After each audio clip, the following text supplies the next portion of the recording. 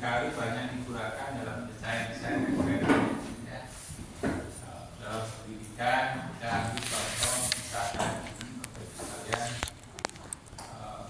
ada pelatihan yang menggunakan beberapa model, taruhlah 4 model, kemudian dalam prakteknya dia mengelompokkan juga berdasarkan laki-laki dan perempuan ya.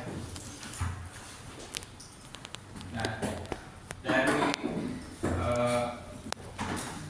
konstruksi ini, desain ini, kita ingin melihat apakah model-model tersebut memberikan perbedaan terhadap hasil pelatihan, misalkan nilai akhirnya dalam hal ini, atau apakah gender memberikan pengaruh juga terhadap hasil pelatihannya. Dan yang ketiga, sekiranya ini dilihat model yang paling baik dari keempat model itu mana yang untuk laki-laki dan mana yang untuk perempuan. Nah, sehingga di sini ada tiga masalah yang ingin dijawab. Yang pertama terkait dengan perbandingan antar modelnya. Yang kedua terkait antar gender. Dan yang ketiga terkait dengan interaksi antara jenis model dan gender terhadap hasil pelatihan ya. Mungkin kalau dalam pendidikan agak sulit membayangkannya maksudnya. Misalkan saya ambil analogi, bukan analogi, permasalahan dalam pertanian. Sebuah punya banyak tanah pertanian. Amin. Amin. Jadi ya, punya sawah yang banyak. Dari Indramayu. Ya, Karawang. Banyak sekali. Kalau Bapak Ibu misalkan meneliti dalam bidang pertanian, penelitian bidang pertanian, seringkali para petani itu mencari bibit yang terbaik ya, untuk ditanam sehingga menghasilkan hasil panen yang limpah ya. Tapi sisi lain juga ada faktor pupuk ya kan, bibit A, B, C, D, misalnya ada bibit A, B, C, D, kemudian ada beberapa jenis pupuk juga yang bisa dipakai, misalkan organik dan anorganik, pupuk kimia dan pupuk alami ya. Nah, kita ingin melihat bibit mana yang paling baik dalam menghasilkan katakanlah jumlah panen yang diperoleh, dan juga apakah pupuk memberikan hasil yang berbeda antara organik dengan anorganik terhadap hasil pertanian.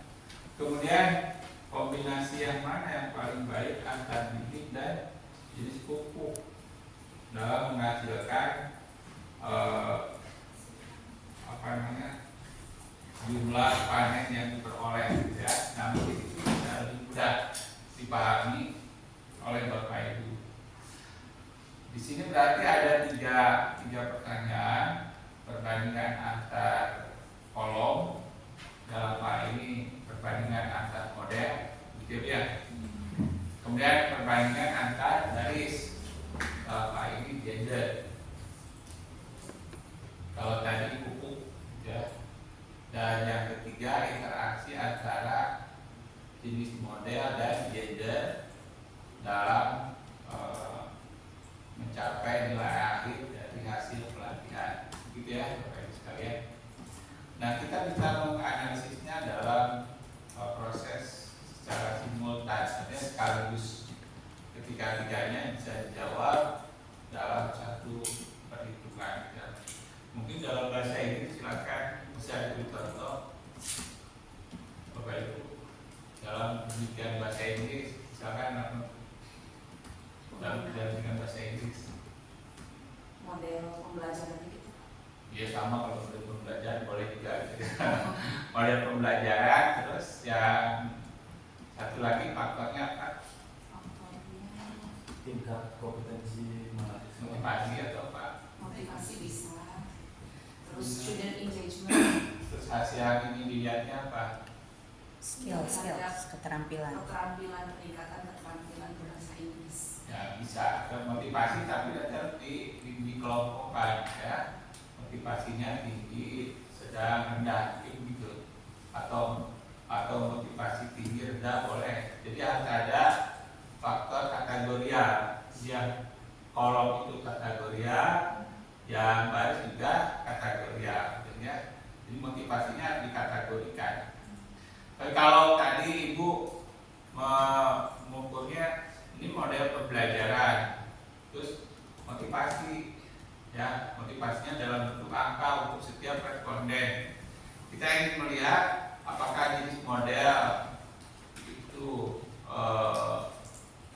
berbeda dalam capaian akhir pembelajaran, ada faktor motivasinya tidak. Nah kalau faktor motivasinya itu angka-angkanya tidak kategorial, perhitungannya jadi analisis kovarian. Ya nanti mudah-mudahan hari ini juga bisa selesai. Jadi apakah faktor motivasi memberikan efek yang berpengaruh terhadap perbandingan jenis model pembelajaran dalam mencapai kemampuan bahasa Inggris tertentu. Itu analisisnya kovarian biasanya ya, Bapak Ibu sekalian.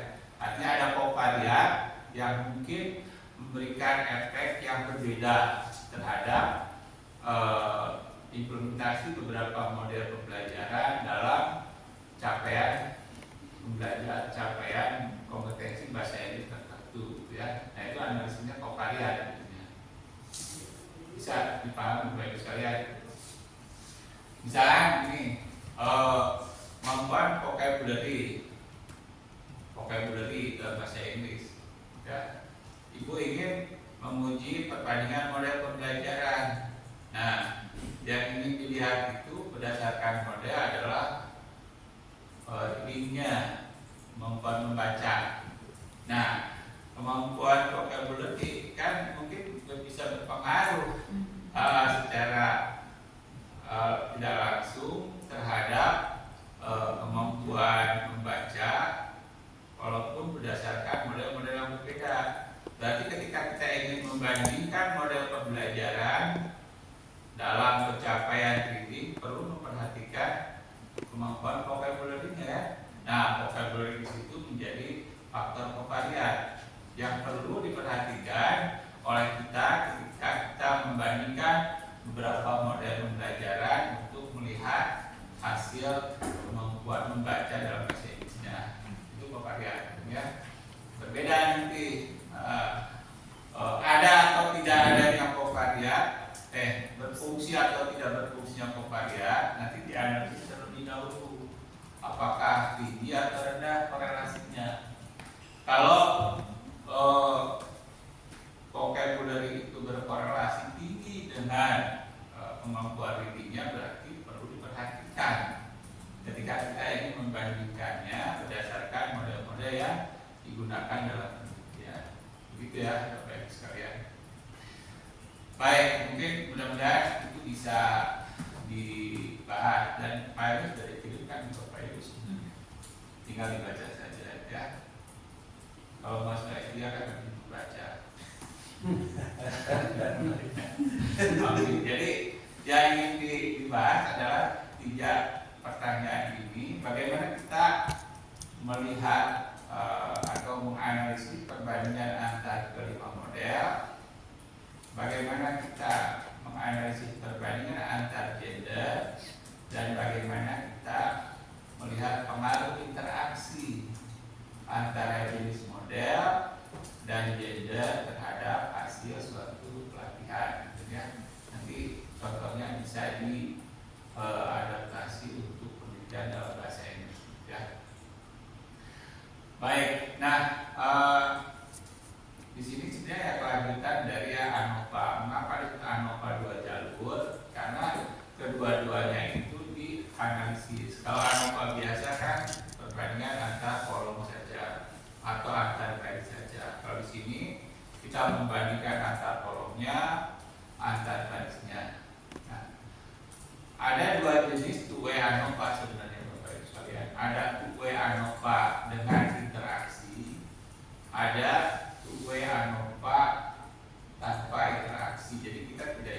melihat interaksinya, without interaction.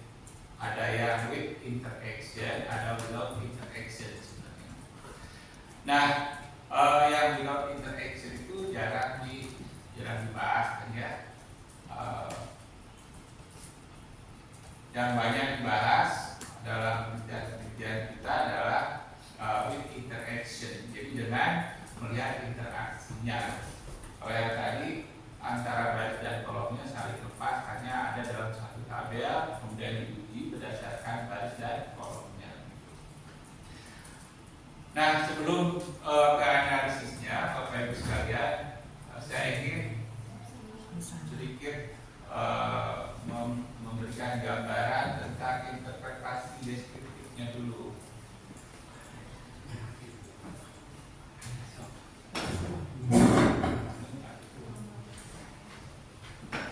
Nah, interpretasi